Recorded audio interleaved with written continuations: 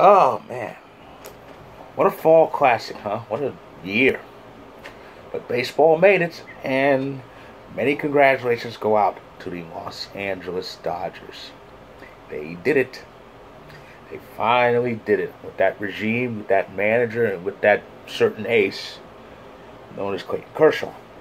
That's who I'm the happiest for, because Clayton's too damn good not to have a ring. He is. It always baffled me how a pitcher that great could just fizzle out in October the way he had in past seasons. But he exercised that demon and just squashed it. He killed. And with all those size and all those great seasons, he now finally has a championship to go with it. Congratulations also to another Dodger I like, Kenley Jansen. Well, I do like a lot of Dodgers, but these are the ones I really like. Kenley Jansen, because I love closers. And Jansen kind of got a bit of the blame for the Dodgers' failures as of late, because he's a pretty good closer, but he does have some moments where he just kind of, zones out and gets knocked around a bit. And he still had that this season, but he survived too. And especially, he literally survived because Kenley, before the season started, he had a positive COVID test, and a lot of baseball fans kind of worried for him because he had a heart condition, but he made it, and he got to the World Series again, and he's got a ring now. And another congratulations to someone I've kind of held a magnifying glass over and kind of picked on a little bit. Dave Roberts. He did it. Dave got a lot of blame, and trust me, it was deserved. It was deserved. He screwed up royally in the years they didn't win. But it looked like to me that Roberts finally learned what not to do. He finally did things right, and he really made up for his past failures, and has a trophy to go with it. He's another on the list of people who've won as players or as managers, but he's the first to do it with different teams. Of course, 16 years ago, he was on the 2004 Red Sox championship, which he started with that stolen base. And another congratulations to Kevin Cash, who screwed up so royally and handed the championship. Seriously, your ace pitcher is dealer, has only given up 2 hits, and you pull him? Why? Why would you do a thing like that? And I remember I watched Game 6, and I saw Cash came out and took Snell out. And when I saw Snell walking off the mound, well, I noticed he kind of looked a little pissed off. Everybody knows that. But as soon as he walked off that mound, first thought in my mind was, Dodgers are scoring here. I mean, that's a total momentum killer. Some say that ranks up there with Grady Little in 2003. We all remember this. It was the 8th inning, and Pedro's pitch count was getting hella high, and he was giving up hits, and he gave up that 1 run to make it a 2-run game. And there were 2 men on. Grady Little walks up to Pedro, talks with him, and then he walks back alone. Pedro's up there, gives up the hit to Posada, which ends up tying the game. And Aaron Boone hits that home run in extra innings to win the pennant. Speaking of Aaron Boone, this season is over, but next season, the pressure is all on him. Here's why. I've said for the last 3 years that the mistakes, that Roberts is a screw-up, he keeps making mistakes, and Boone is a smart manager who doesn't make mistakes. And even though we haven't reached the World Series yet with Aaron Boone, the advantage we had over the Dodgers was the Dodgers were failing too, because their manager was an idiot. But something happened this year. Roberts smartened up. He did away with his old habits.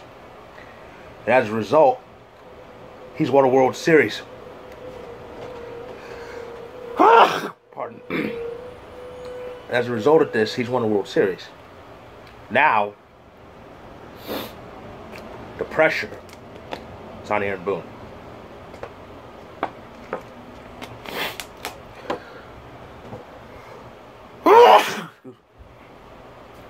Excuse me. Because now that he's won, now that Roberts has won his World Series, Boone better win. Because it's all on him now. Roberts has that edge over him. So now Aaron Boone needs to win. And to be honest, I'm going to give him 2 years. I'm giving him 21 and 22. Though we've waited long enough for a championship. It's been 11 years now. But I'm giving him 2 years. If he doesn't win this year, if he doesn't win next year or the year after, he's going to be in trouble. He is. And Yankee fans aren't going to take it anymore. And speaking of in trouble, of course, I have to mention the controversy that followed after the Yankees, after the Dodgers won the World Series. Justin Turner.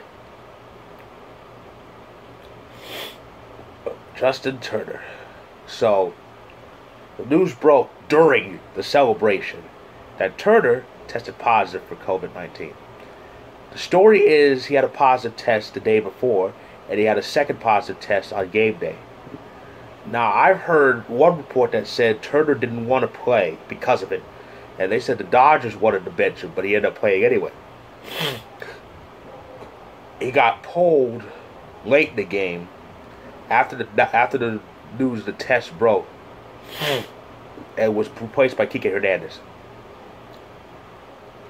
However, he got out of isolation and quarantine and actually joined the celebration, maskless, mind you.